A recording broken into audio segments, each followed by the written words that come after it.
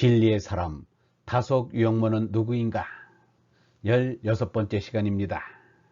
오늘은 수화동 소학교에 다니다, 수화동 소학교에 다니다 라는 제목으로 말씀드리겠습니다.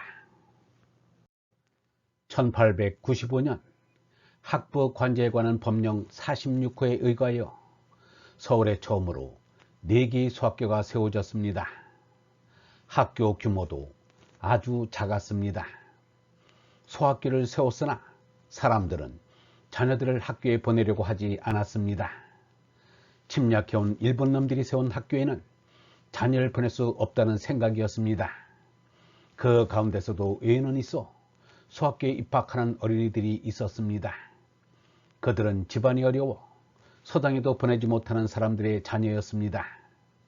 배움의 쥐린터에 쌀밥 부리밥을 가릴 처지가 못 되었던 것입니다. 그들은 주로 양반집 문간방에 사는 사람들의 자녀들이었습니다. 홍문석골 서당에 다니기를 그만둔 영모는 집에서 지내기가 지루하여 소학교라도 다니고 싶어졌습니다. 아버지도 가라고 허락하였습니다. 유영모는 1900년 10살 때 수화동 소학교에 입학하였습니다. 그때는 이미 소학교가 세워진 지 5년이 지나 서울에만도 9개 학교로 늘어났습니다. 수화동 소학교, 장동 소학교, 제동 소학교, 정동 소학교, 양사동 소학교, 양현동 소학교, 주동 소학교, 인동 소학교, 교동 소학교입니다. 서울 시내에 9개 학교가 있었지만 학교장은 2사람뿐이었습니다. 2사람의 교장은 아예 출근을 학부로 하였고 9개 학교를 순방하였던 것입니다.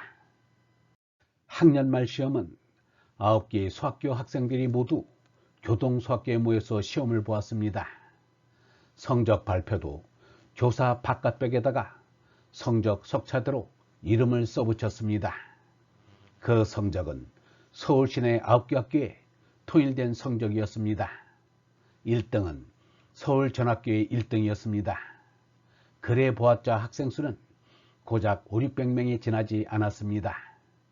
1등, 2등, 3등까지가 우등생이었습니다. 나머지는 급재생과 낙재생으로 나뉘었습니다. 유영모는 1학년 말에 9개 교에 1등인 수석 우등이었습니다.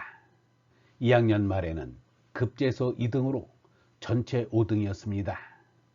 등수에 무슨 의미가 있어서가 아니라 그때의 교육제도를 사실대로 알리자는 것입니다. 80세에 넘은 유영모는 70년 전의 일을 회상하면서 이러한 얘기를 하였습니다.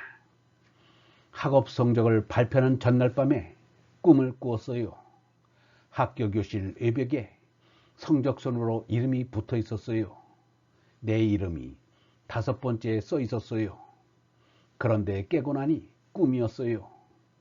아침에 학교에 와서 보니 꿈 그대로 급제로 2번째였어요. 이렇게 미래를 내다보는 꿈을 일생 동안 몇 번 꾼 일이 있어요. 또 다른 외견의 꿈은 어떤 꿈이었느냐고 물었더니 유영모가 대답하기를 첫째 아이 의상을 낳기 전 꿈에 아기 낳는 꿈을 꿨는데 꿈속에 아내의 친구가 갓난아기 보러 찾아왔어요. 꿈을 꾼 다음날 미역을 사 두어야겠다고 하자 어머니께서 아직 출산날이 멀었는데 벌써 미역을 사러 가느냐고 하는 것을 준비해야겠어요 라고 하면서 미역을 사왔어요. 그 꿈을 꾼 지 3일 만에 아내가 아기를 낳았어요. 3, 7일이 지나서 꿈에 본 아내의 친구가 실제로 아기를 보러 찾아왔어요. 그런데 꿈에 관심을 가질 것 없습니다. 꿈이란 도덕적으로 힘쓰는 것과 아무런 상관이 없어요. 사람은 도덕적으로 힘써야 합니다. 꿈으로 미리 안다 해도 도덕적으로 승화되는 일이 없습니다. 사람의 생명은 도덕으로 승화되고 진리를 자각하는 길뿐입니다 라고 하였습니다. 양명 왕수인이 이러한 예견의 꿈을 꾼 일이 있습니다. 왕수인이 지화기 나이에 활쏘기 말타기 같은 무술을 연마하며 마원 장군을 본보기 거울로 삼아 흠모하였습니다. 그런데 사모함이 하늘에까지 사무쳤는지 마장군의 사당인 복파미를 꿈속에 보았습니다. 훗날 왕수인이 출전하여 반란을 평정하고 오만탄을 지나오는 길에 뜻밖의 자기가 15살의 꿈에서 본 복파미의 실물을 눈앞에서 보게 되었습니다. 마원은 월남을 평정한 명성이 높은 장군입니다. 왕수인이 마장군의 운명을 재현하게 될 줄이야 누가 알았겠는가. 왕수인이 한때 관종 공부라는 토목관지의 관리로 있었습니다. 그때 하남성에 있는 위령 백왕월의 분묘를 구축하게 되었습니다.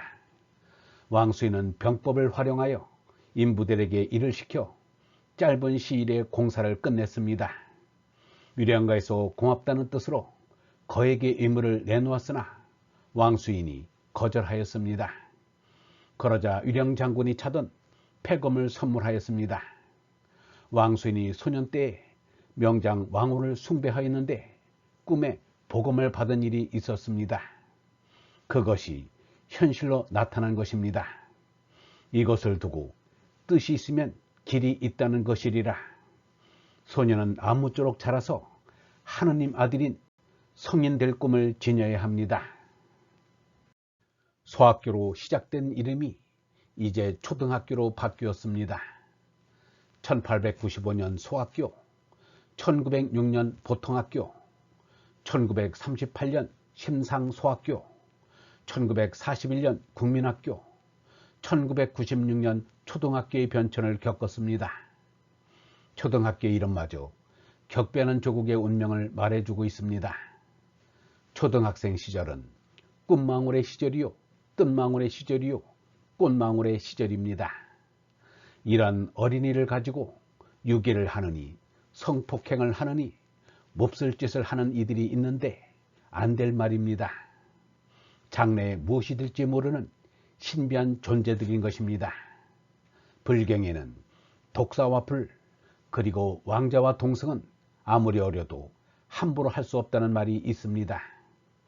사람은 누구나 하느님의 아들이 되어야 하므로 어린이들을 함부로 다뤄서는 안 됩니다. 얼번 여러분, 어린이들을 바라보며 훗날 어른이 되었을 때를 상상해 봅니다. 어린이들이 꿈꾸는 것이 그대로 이루어지지는 않지만 평생 동안 삶의 지표가 되기도 합니다. 어린이는 장래에 무엇이 될지 모르는 신비한 존재입니다. 모든 어린이가 하느님의 아들이 될 수 있도록 그들의 꿈을 키워줘야 합니다.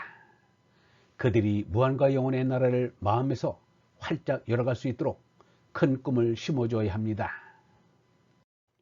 영성신학원 다속아카데미의 하늘소리였습니다.